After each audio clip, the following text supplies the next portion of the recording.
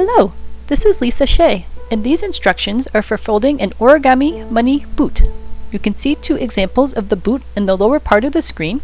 You can do this with any type of bill, and you can use a piece of paper if you don't want to use a bill for some reason. So first you fold your piece of paper or your bill in half the long way, and now we're going to fold it across, but not all the way to the end. So you're going to leave a little bit of space there between the edge that you're folding and the underneath part. You can see that there in the example. We're going to unfold that last fold, and now we have that fold mark that we made. We're going to fold one of them down at a 90-degree angle so that the edge that we folded goes alongside that fold mark. So this is sort of making a prayer shawl shape. We'll do the same on the other side, and since our fold was uneven before, these two pieces will now be uneven, and that's okay. So you see the two bottoms are a little offset. They're forming a triangle at the top point, and you can see how this all fits together.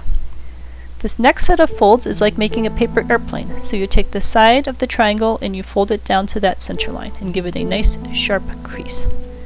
So we did that on one side. You can see how it's sort of like a paper airplane shape.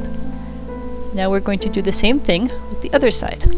So take the edge of the triangle and fold it around so it goes down the center line. And again, give this a nice sharp crease. So from this point forward, you're going to be wanting to pay attention to which side of your triangle that you're working with, the short side or the longer side of the triangle. So this shorter side there, we're going to fold the bottom of it, and we're going to fold that over, sort of like you're making a paper airplane from the opposite side. So you want the two edges to line up together. And now we're going to fold it over again.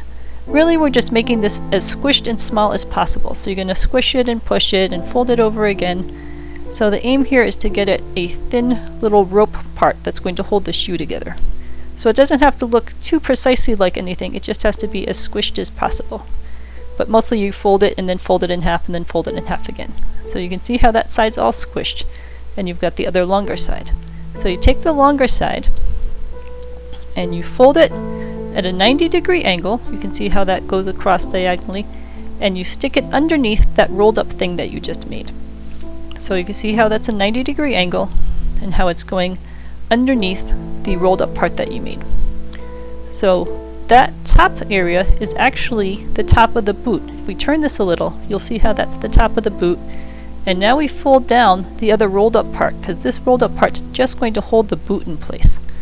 So you give that rolled up part a little fold. See how it's starting to form the bottom of the boot there?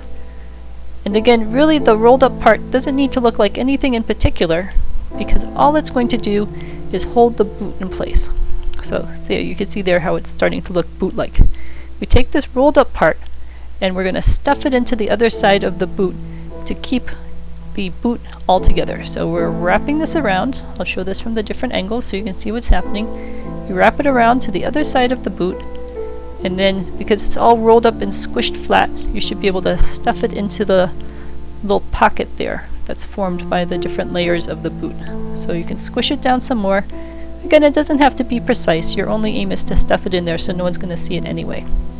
So stuff it into the bottom of the boot part, squish it down flat. You can see its only purpose was to wrap around the heel and to go into the little pocket. So now you've got the basics of the boot shape. You're going to turn up the toe so it looks more like an elf boot, although you can keep it a pointy boot if you really want to, whatever preference you've got. So now you've got the point of the boot. And now you just stick your finger in the top of it to fluff it out a little and form the top of the boot. So there you have it. I know that heel part looks a little confusing, but the key is just to make it wrap. Visit lisashea.com for more information, and I hope you have a wonderful day.